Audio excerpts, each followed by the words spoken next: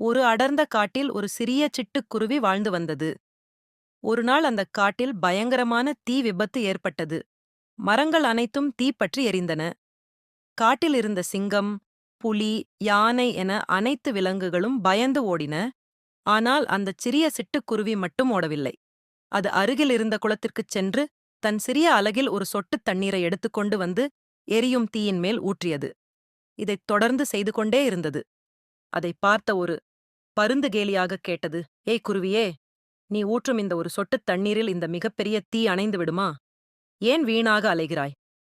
என்று கேட்டது.